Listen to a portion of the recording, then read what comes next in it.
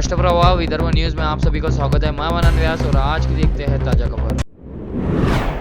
राज्य में अवैध रूप से रह रहे बांग्लादेशी नागरिकों के मुद्दे पर हमने आवाज उठाई। राज्य में अब तक 7 एफआईआर दर्ज की गई है। मालेगांव, मूर्तिजापुर, अकोला, अंजनगांव, सोजी और अमरावती में भी अपराध दर्ज किए गए हैं। ये सच है कि ये मामले देर से आते हैं। एक बार मामला दर्ज होने के बाद जांच पुलिस द्वारा की जाती है, लेकिन राज्य सरकार उन सभी लोगों का दोबारा सत्यापन करने का निर्णय लेंगी जिन्होंने पिछले वर्ष जन्म प्रमाण पत्र के लिए आवेदन किया है। यह दावा भाजपा नेता किरीट सोमैया ने यहाँ संवाददाताओं से बात करते हुए किया। किरीट सोमैया ने कहा, अंजनगांव सोजी में 2 एफआईआर दर्ज की गई है। इसका दायरा धीरे धीरे बढ़ता जा रहा है। फर्जी दस्तावेज बनाना, ऐसे व्यक्ति के नाम पर जन्म प्रमाण पत्र प्राप्त करना जो अस्तित्व में ही नहीं है, ऐसे प्रकरण सामने आए हैं। अब हमारा लक्ष्य अमरावती है। अमरावती शहर में 5000 लोगों ने जन्म प्रमाण पत्र बनवाए हैं। ये सब यहाँ के नहीं हो सकते। 50 से 70 साल के लोगों के भी आवेदन आए हैं। ये लोग अब तक क्या कर रहे थे? अब अमरावती शहर में एफआईआर दर्ज की गई है। जिन बांग्लादेशियों ने अमरावती शहर में जन्म प्रमाण पत्र बनवाया है, उनके खिलाफ कार्रवाई की जाएगी। मैंने जो साक्ष्य देखा है उसके अनुसार जिन 5000 लोगों ने जन्म प्रमाण पत्र प्राप्त किया है, वे अब तक कहाँ थे? 20-22 साल के युवा के लिए जन्म प्रमाण पत्र के लिए आवेदन करना ठीक है, लेकिन वरिष्ठ नागरिकों की ओर से भी जन्म प्रमाण पत्र के लिए आवेदन आए हैं। इसलिए मैंने फॉरेंसिक ऑडिट के लिए कहा है। अमरावती शहर के अधिकांश हिस्से के लिए फॉरेंसिक ऑडिटर नियुक्त किए जाने हैं। किरीट सोमैया ने कहा, मूल रूप से यह विषय महत्वपूर्ण है। अभी तक महाराष्ट्र में 7 जगह पर फर्जी दस्तावेज देकर जन्म प्रमाण पत्र प्राप्त करने के संबंध में एफआईआर हुई है, जिसमें फर्जी सिग्नेचर करना, फर्जी दस्तावेज करना, उसके आधार पर अब राज्य सरकार ने निर्णय लिया है जिनको भी जन्म प्रमाण पत्र दिया गया है वो वापस उसका रिव्यू किया जाएगा। आज अमरावती तहसीलदार से मुलाकात की, पुलिस अधिकारियों से चर्चा की। अमरावती जिले में एक अमरावती शहर 5000 एप्लीकेशन आई है, उसका पूरा अध्ययन किया जाएगा, स्टडी किया जाएगा। दूसरा अंजनगांव सुरजी में तो अब आने वाले कुछ दिनों में 2 डजन से ज्यादा लोगों की गिरफ्तारियां होगी, ऐसा मुझे पूरा विश्वास। आता माझं लक्ष अमरावती शहर आहे। पुढचा 1 महिन्यात मी अमरावती शहरात 5000 लोकांनी जे इथले असूच शकत नाही, त्यांनी जे 50 वर्ष, 60 वर्ष, 70 वर्ष, 40 वर्ष वयातला माणूस मग आतापर्यंत करत काय होता, तर अमरावती शहरात आता एफआयआर दाखल झालेले आहे। त्याच्या अतिरिक्त माहिती देत अमरावतीमध्ये पण जे बांगलादेशींनी जन्म प्रमाणपत्र मिळवलं आहे, कारवाई होणार।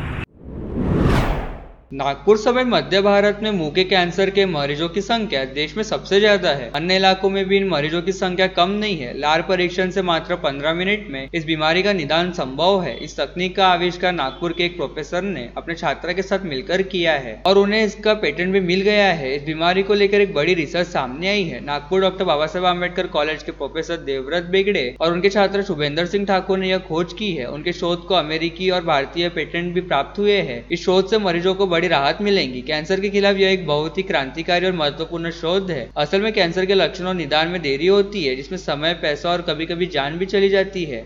इसलिए समय पर निदान ही कैंसर से छुटकारा पाने का सबसे अच्छा तरीका है। हालांकि अभी तकनीक विकसित हो गई है जो बिना किसी व्यक्ति को देखे ही केवल 15 मिनट में विश्वसनीय रूप से निदान कर सकती है कि भविष्य में किसी व्यक्ति को मौखिक कैंसर होगा या नहीं। ये दुनिया में अपनी तरह की पहली तकनीक है। नागपुर स्थित बायोटेक स्टार्टअप एलिसिन ने मुंह में कैंसर पूर्व स्थितियों का पता लगाने के लिए भारत का पहला लार आधारित परीक्षण विकसित किया है। यह तकनीक बायोमार्कर का उपयोग करती है जो कैंसर का शीघ्र पता लगाने के लिए एक गैर आक्रामक समाधान प्रदान करती है। परीक्षण जो बायोमार्कर का उपयोग करता है 98.04% संवेदनशीलता और 100% विशिष्टता का दावा करता है।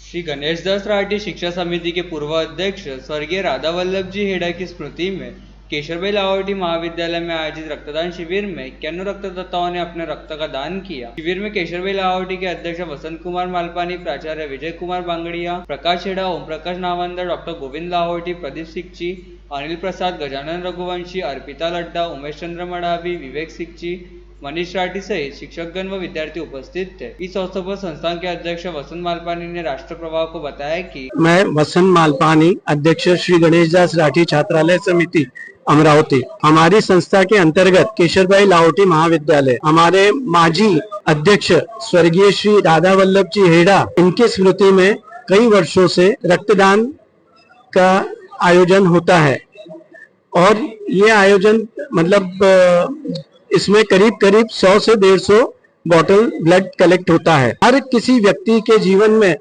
अगर कोई अच्छी चीज देने के लिए है जिसका उसको कोई नुकसान नहीं है, वो है ब्लड। आज आप ब्लड देते हैं, आपको कुछ होता नहीं है, लेकिन आप एक बहुत बड़ा पुण्य का काम करते हैं, क्योंकि आपका एक यूनिट ब्लड किसी एक व्यक्ति की जान बचा सकता है। इस कार्यक्रम को सक्सेसफुल करने के लिए हमें rotary club of Amravati, Amba नगरी का सहयोग मिला है, जिनके साथ हम ये कार्यक्रम ले रहे हैं। उनका भी मैं बहुत बहुत आभारी हूँ और उनका अभिनंदन करता हूँ। इसमें मैं हमारे जो सब स्कूलों के जो प्रिंसिपल हैं, टीचर्स हैं, उन लोगों की कड़ी मेहनत है, उनका सबका अभिनंदन करता हूँ। और उसी तरह रक्तदान समिति का जो हमको प्रतिवर्ष सहयोग मिलता है, विशेषकर श्री महेंद्र जी भूतड़ा, उनका भी मैं बहुत आभारी हूँ और उनको धन्यवाद देता हूँ।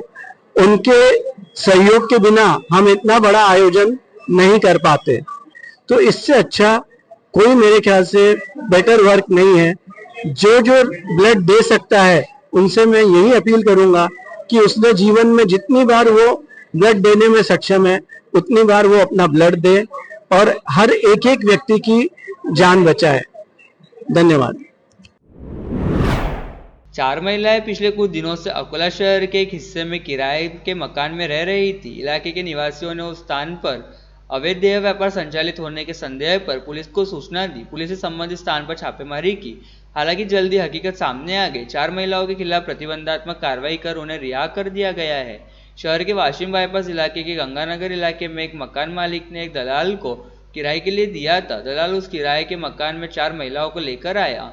उन महिलाओं की हरकत और व्यवहार से स्थानीय लोगों को शक हुआ। स्थानीय महिलाओं ने इस संदर्भ में घर पर धावा बोल दिया कि उस घर में वेश्यावृत्ति का धंधा चल रहा था। स्थानीय नागरिकों ने इसकी सूचना पुलिस को दी। घटना की जानकारी मिलने पर पुराना शहर थाना पुलिस मौके पर पहुंची। पुलिस ने 4 महिलाओं और एक पुरुष को हिरासत में लिया है। पुलिस ने मौके पर मुआयना किया। उस घर में 40 से 45 साल की 4 महिलाएं मिली। स्थानीय नागरिकों ने देह व्यापार का गंभीर आरोप लगाया। हालांकि स्थानीय नागरिकों के शक के मुताबिक उस घर से कोई ठोस सबूत नहीं मिला। पुलिस ने महिलाओं को हिरासत में लेकर निरोधात्मक कार्रवाई की। महिलाओं के खिलाफ भारतीय दंड संहिता की धारा 110 और 117 के तहत प्रतिबंधात्मक कार्रवाई की गई है।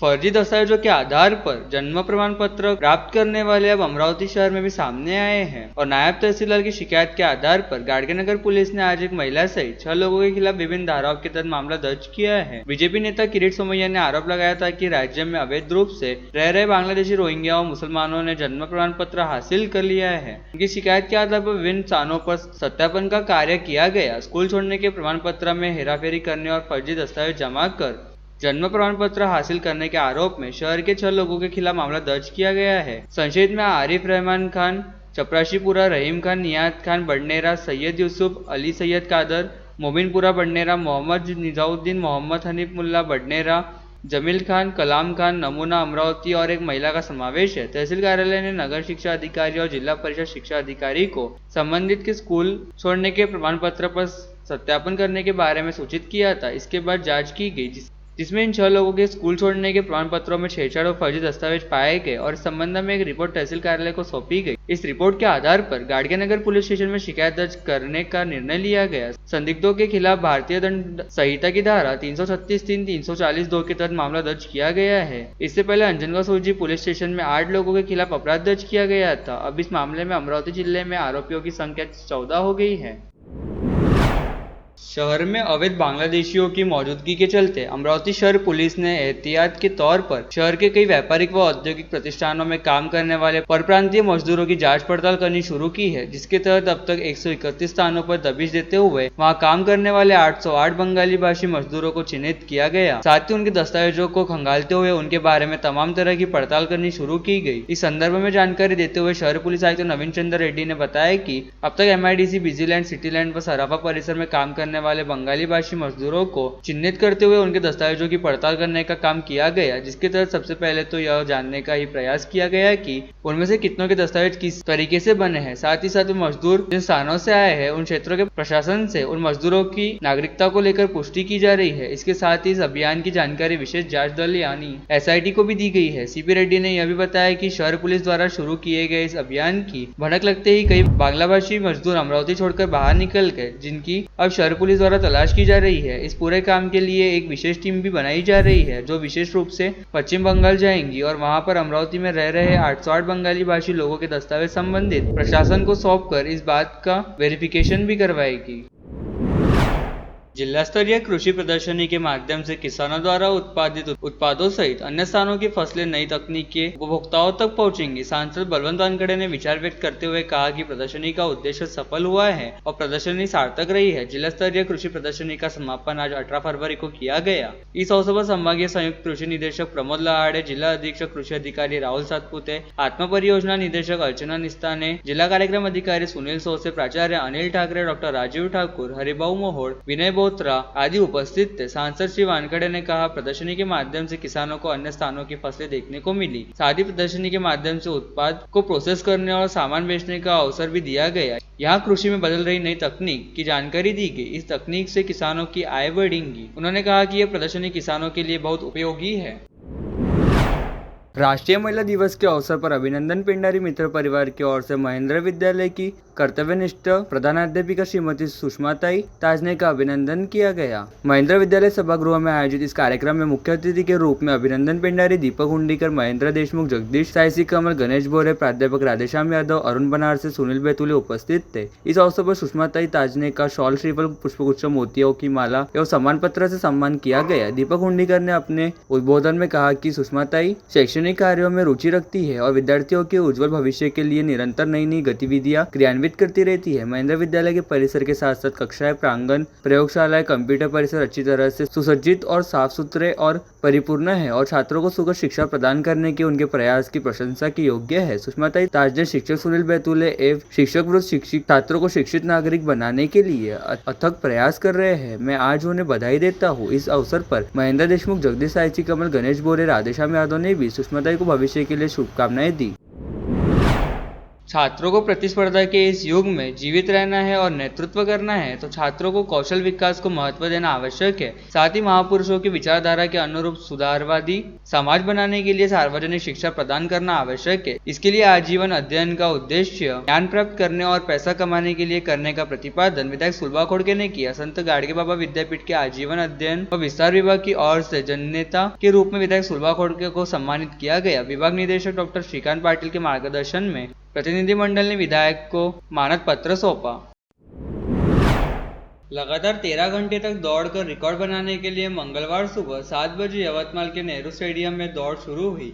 जिले के अंतर्राष्ट्रीय धावक देव पंचकुला श्रीरंग चौधरी ने धरू व्यायामची कास करू व्यसन साहस का संदेश देकर एशिया बुक ऑफ रिकॉर्ड्स में अपना नाम दर्ज कराने जा रहे हैं। जिला पुलिस अधीक्षक कुमार चिंता, तहसीलदार डॉक्टर योगेश देशमुख, सामाजिक क्षेत्र के डॉक्टर प्रकाश नांदुरकर, डॉक्टर विजय कवलकर, डाइट के प्राचार्य प्रशांत गावंडे, माध्यमिक शिक्षा अधिकारी डॉक्टर जयश्री राव, जिला क्रीड़ा अधिकारी घनश्याम राठौड़ आदि ने देव को हरी झंडी दी। इस अवसर पर बोलते हुए पुलिस अधीक्षक कुमार चिंता ने कहा कि एक आम आदमी अभ्यास शुरू करते समय ऐसा व्यवहार करता है जैसे वह इसे कल करेगा, लेकिन जो लोग व्यायाम की आवश्यकता को पहचानते हैं वे कभी कल की परवाह नहीं करते। उन्होंने कहा वे हमेशा वर्तमान में विश्वास करते हैं और अपने लक्ष्य को हासिल करते हैं। देव ने सुबह 7 बजे दौड़ना शुरू किया। उन्होंने सुबह 8:45 बजे तक 400 मीटर ट्रैक पर 40 चक्कर पूरे कर लिए थे। इस अवसर पर यवतमाल वासियों ने भी देव के साथ भाग लिया। देव रात 8 बजे तक लगातार 13 घंटे तक दौड़ेगा। इस रिकॉर्ड में वह करीब 150 किलोमीटर दौड़ेगा। पुसद तहसील के श्रीरामपुर के एक साधारण किसान परिवार से आने वाले देव चौधरी ने देश विदेश में कई मैराथन जीते हैं।